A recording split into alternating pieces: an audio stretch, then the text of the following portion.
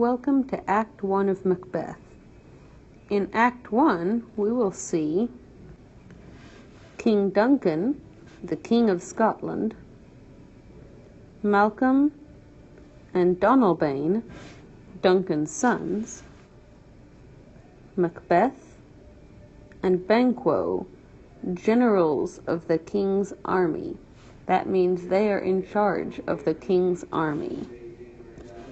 We will also meet the three witches and Lady Macbeth, who is the wife of Macbeth.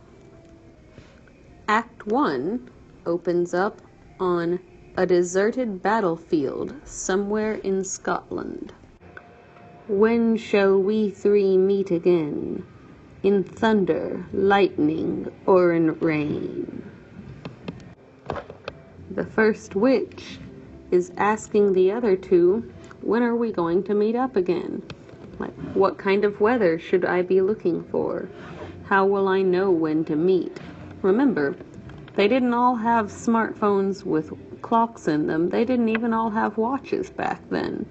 They had to look at things like the weather and how high the sun was up in the sky to know when they should meet. When the hurly-burly's done, when the battle's lost and won, that will be ere the set of the sun. The first witch says, when the hurly-burly's done.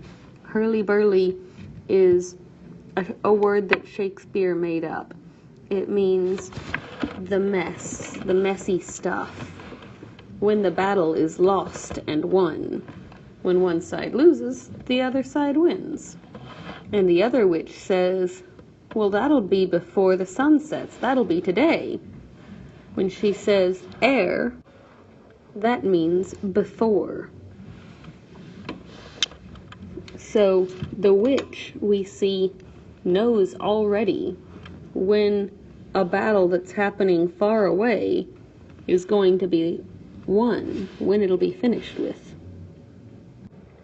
Where the place, upon the heath, there to meet with Macbeth. So this witch asks, where's the place? Where should we meet? This one says, upon the heath, which is a field, an open field. And the other says, there to meet with Macbeth.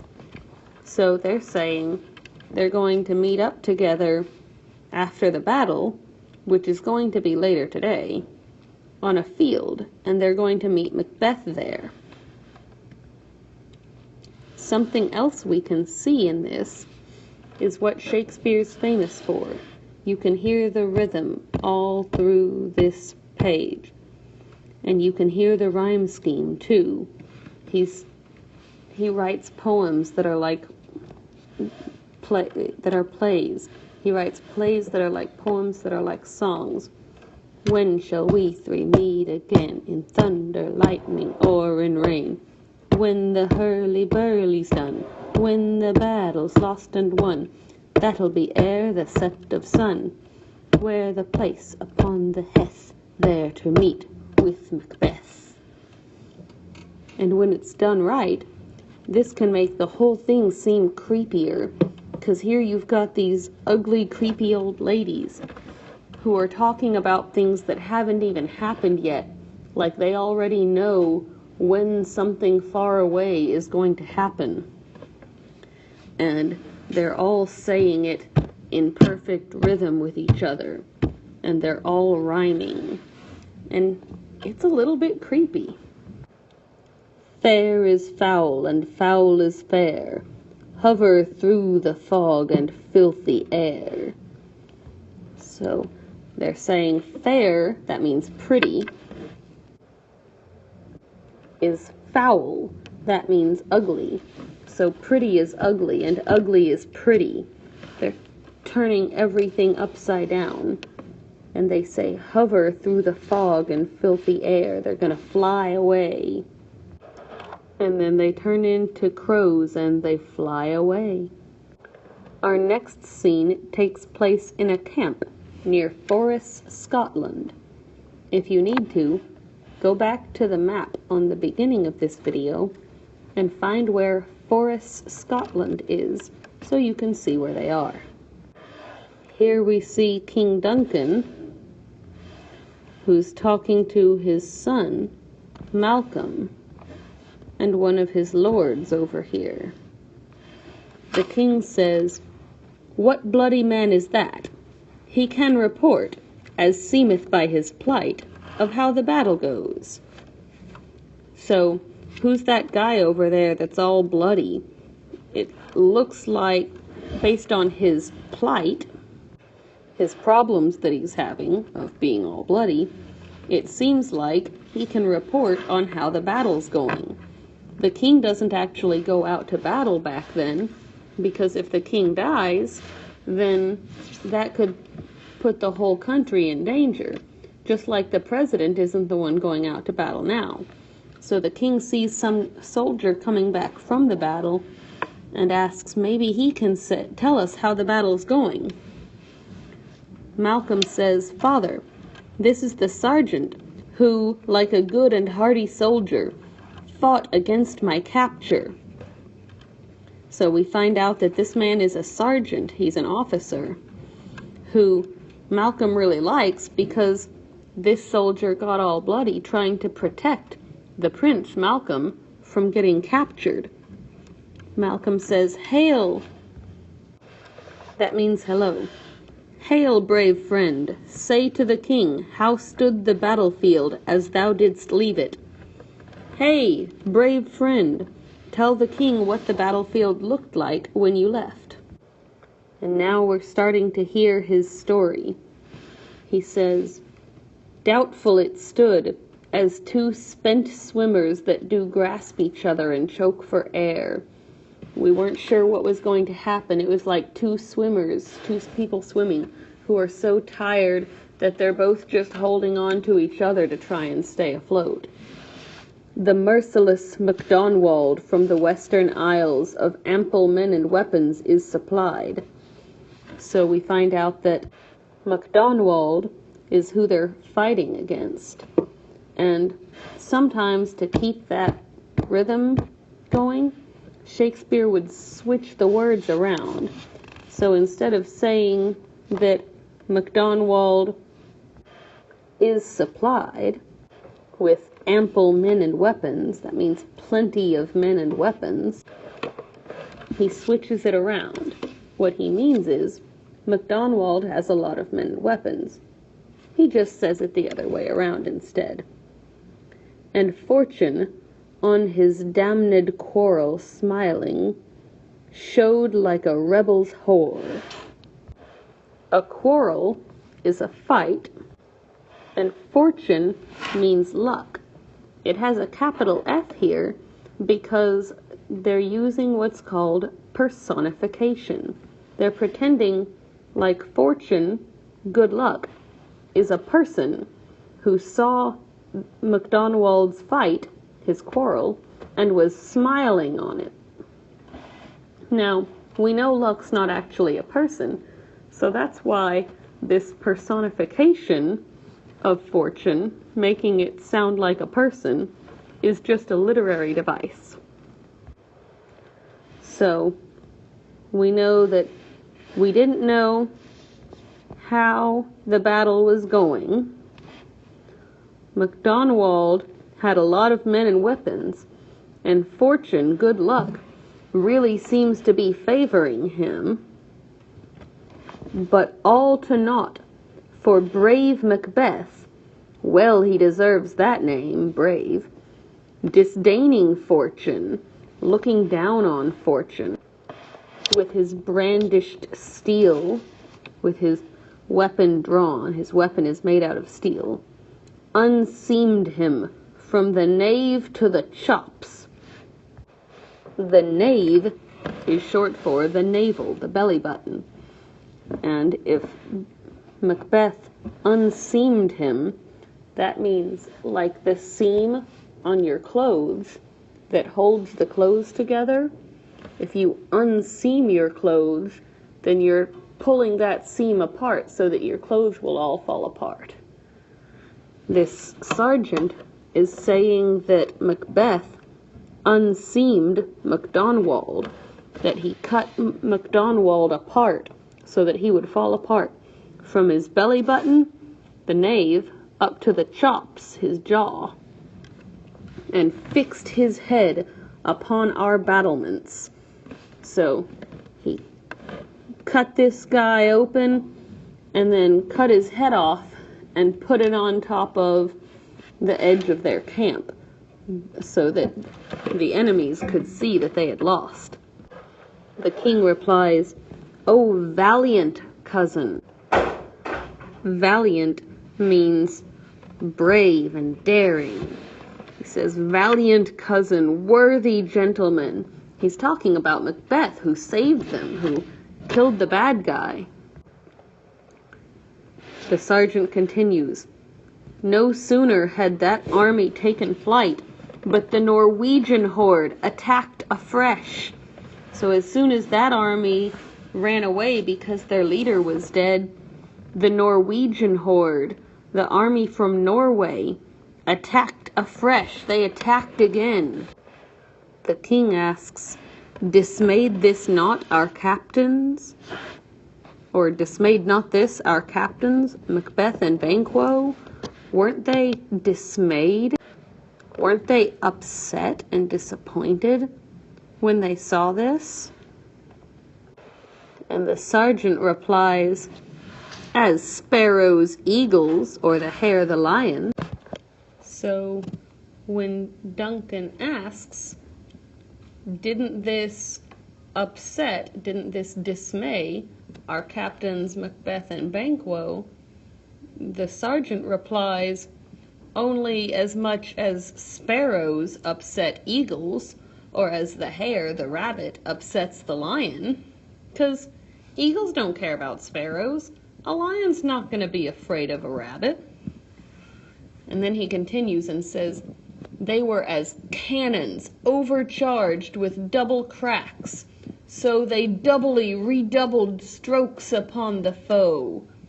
When he says strokes, he means strokes of the sword. So they were like cannons with 2 different cannonballs in them and cracks on the sides, so it just exploded.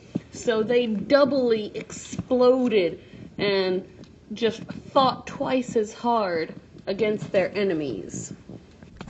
When he finishes his story, the captain says, "But I'm faint." That means I'm tired, so I feel like I'm about to faint. "My gashes, my wounds, cry for help." That's personification. His injuries aren't actually crying out and yelling, "Help, help!" But he's saying they do because they're hurting him and reminding him that he needs help. King Duncan replies, "So well thy words become thee as thy wounds. They smack of honor both. Go get him surgeons." That first sentence, "so well thy words become thee as thy wounds," when he's saying they become you, he means your words seem good the way you say them, and your wounds look good on you too. And then he explains that they both, his words and his wounds, both smack of honor. His words show the honor of Macbeth and Banquo, and his wounds show his own honor, that he was brave in battle too and was willing to get injured to protect the king. So then the king tells the others to go get him surgeons, and the king and the prince get on their horses and ride away. But before they can get far, someone else comes up, another messenger, and the king says, "Who comes now?" The prince can see a little farther and says, "It's the worthy Thane of Ross." A Thane is a lord, the person who owns land, so this is the Thane of Ross. It's the lord who owns the land called Ross. And the Thane of Ross calls out, "God save the king," which is just a normal way that you greet the king. The king says, "Whence camest thou, worthy Thane?" Whence means from where. So, from where did you come? Where did you come from, worthy Thane? And the Thane of Ross replies, from Fife, great king, where the Norwegian banners flout the sky and fan our people cold. To flout is like to violate, to break it. So if you flout the law, you're breaking the law like you don't even care. If the Norwegian banners are flouting the sky, that means the sky is full of Norwegian banners that are fanning their people cold. That means that the Norwegians, the people from the country of Norway, have taken over this area called Fife. Norway himself, with terrible numbers, assisted by that most disloyal traitor, the Thane of Cawdor, began a dismal conflict. So we find out that just like this other place has been at war, now, before we could even fully recover from winning that fight, Norway came, and they were assisted, that means they were helped, by that disloyal, that dis means not, so he was not loyal, and he was a traitor. A traitor is someone who betrays you. So Norway came and started fighting them with terrible numbers, with a lot of men, and they were helped by someone who's not loyal, who betrayed them, the Thane of Cawdor, the lord who's in charge of Cawdor. And he began a dismal conflict. Dismal is like dark and gloomy. So that means it doesn't look good. But brave Macbeth did meet him blow for blow. Every time the Thane of Cawdor would swing his sword, Macbeth would swing his back. And in the end, victory fell on us. So Macbeth was the one out there fighting him, and we won because of him. So now the king has just heard about 2 battles where Macbeth saved him, and he just heard that the Thane of Cawdor was betraying them and led an army against him. So he says, no more that Thane of Cawdor shall deceive our bosom interest. Your bosom is your chest, so your bosom interest would be your interests that are really close to your heart. And to deceive is to lie and cheat and steal. So he's saying that Thane of Cawdor, that Lord of Cawdor, will no longer be lying and cheating and stealing the things that are really close to my heart. And then he says, go pronounce his present death, and with his former title greet Macbeth. Here we're seeing that rhyming again. When he says, go pronounce his present death. Now, the Thane of Cawdor isn't dead yet, but the king's saying he's about to be dead. Go tell people how dead he's about to be. And then, with his former title, greet Macbeth. So the king is telling his son, let people know I'm going to kill the Thane of Cawdor, and since he won't be the Thane of Cawdor anymore once he's dead, I'm going to give Macbeth his lands and his title. So Macbeth gets to, since he saved the country twice and the Thane of Cawdor betrayed them, Macbeth is going to become the Thane of Cawdor. And the king's telling the prince, hey, go let him know that, and go let the Thane of Cawdor know how dead he's about to be. And then the prince says, I'll see it done. And the king replies, what he hath lost, noble Macbeth hath won. So what the Thane of Cawdor lost, noble Macbeth has just won. Both a good life and a pretty fancy title and a bunch of land. So now we're on a new scene. I can tell that that scene was about to end, because in Shakespeare, whenever he starts rhyming, that's to let people know this scene is about to end. So the king and his son were rhyming. That means that now we're going to come on with a new scene. And we see, oh look, it's Macbeth and Banquo on their horses. And they're in a heath near forests. Hold on a second. That word heath, that means a field. We already talked about that word because that's where the witches said they were going to meet up with Macbeth. Oh, snap. Okay. So, let's see what happens. Macbeth says, "So foul and fair a day I have not seen." And you can see when you look at the sky, it's gloomy and raining. Foul means bad and ugly, and that could be the sky and the rain, but it could also be those battles that they just had. And fair means good and pretty. So that could also be talking about the fact that they just won the battles, or it could be that you can still see the sunlight through the clouds. So they take their horses down the hill, and they go past a standing stone.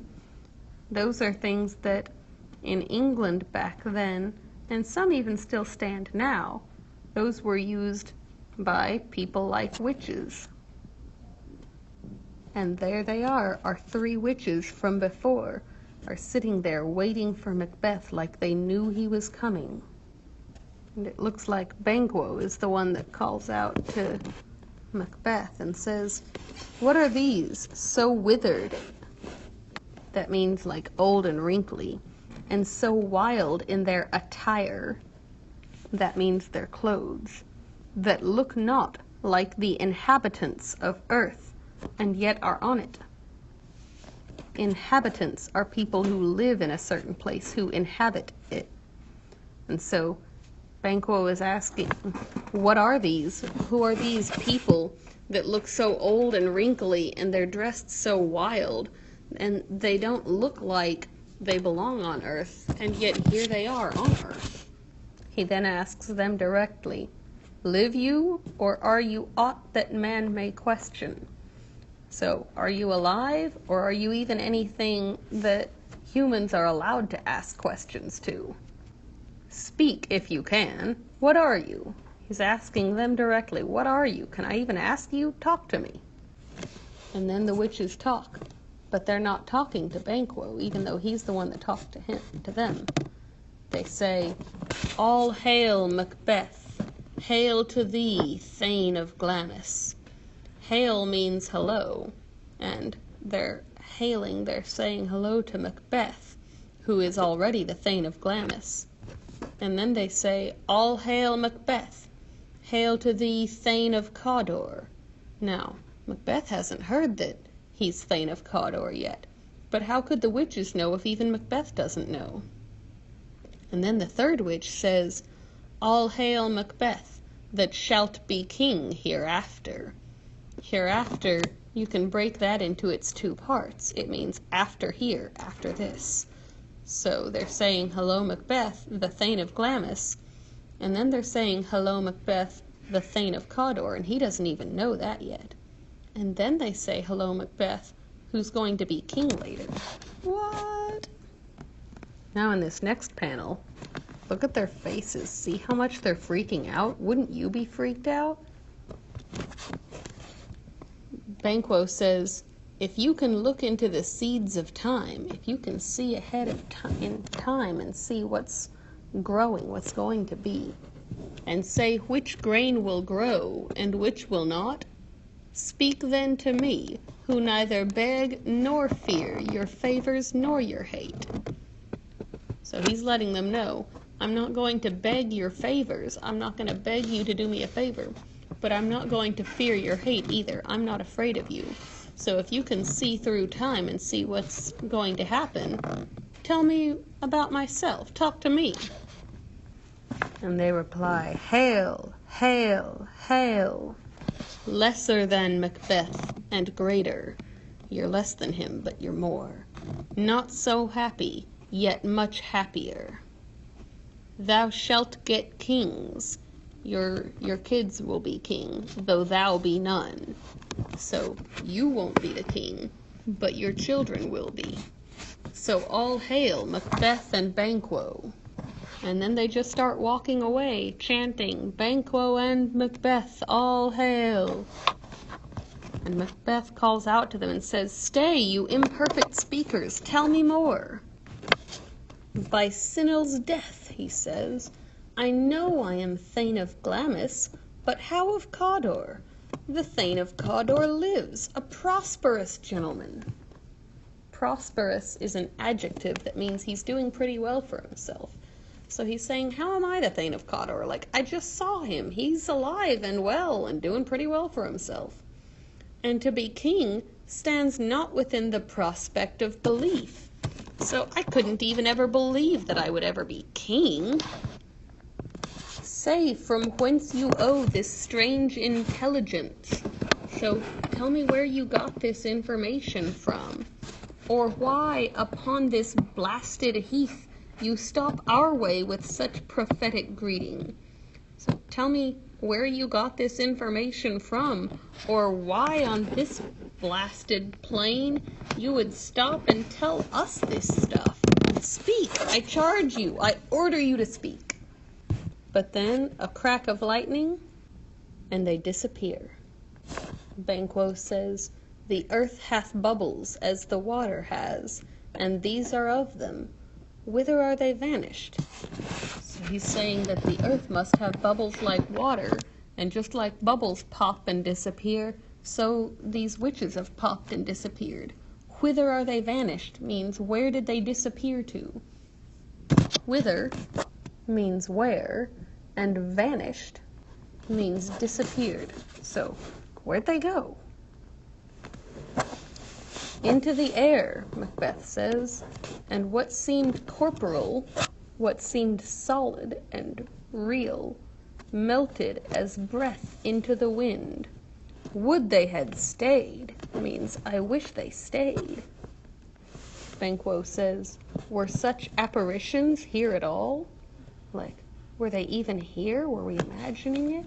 Were these apparitions, these ghosts, even real?" And then they ride away, and as they're riding, Macbeth says to Banquo, "Your children shall be kings." And Banquo says, "You shall be king." And Macbeth replies, "And Thane of Cawdor too. Went it not so? Isn't that what they said?" But suddenly they see two other people riding up. Macbeth says, "Who's here?" And Banquo says, "Ross and Angus." That means the Thane of Ross and the Thane of Angus. And the two of them, as they come up, say, "The king hath happily received, Macbeth, the news of thy success." So the king is happy because he received news of your success, Macbeth. "And when he heard thy personal venture in the rebels' fight, his wonders and praises did contend."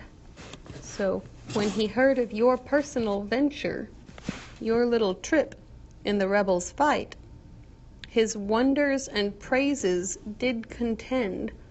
So contend means to fight.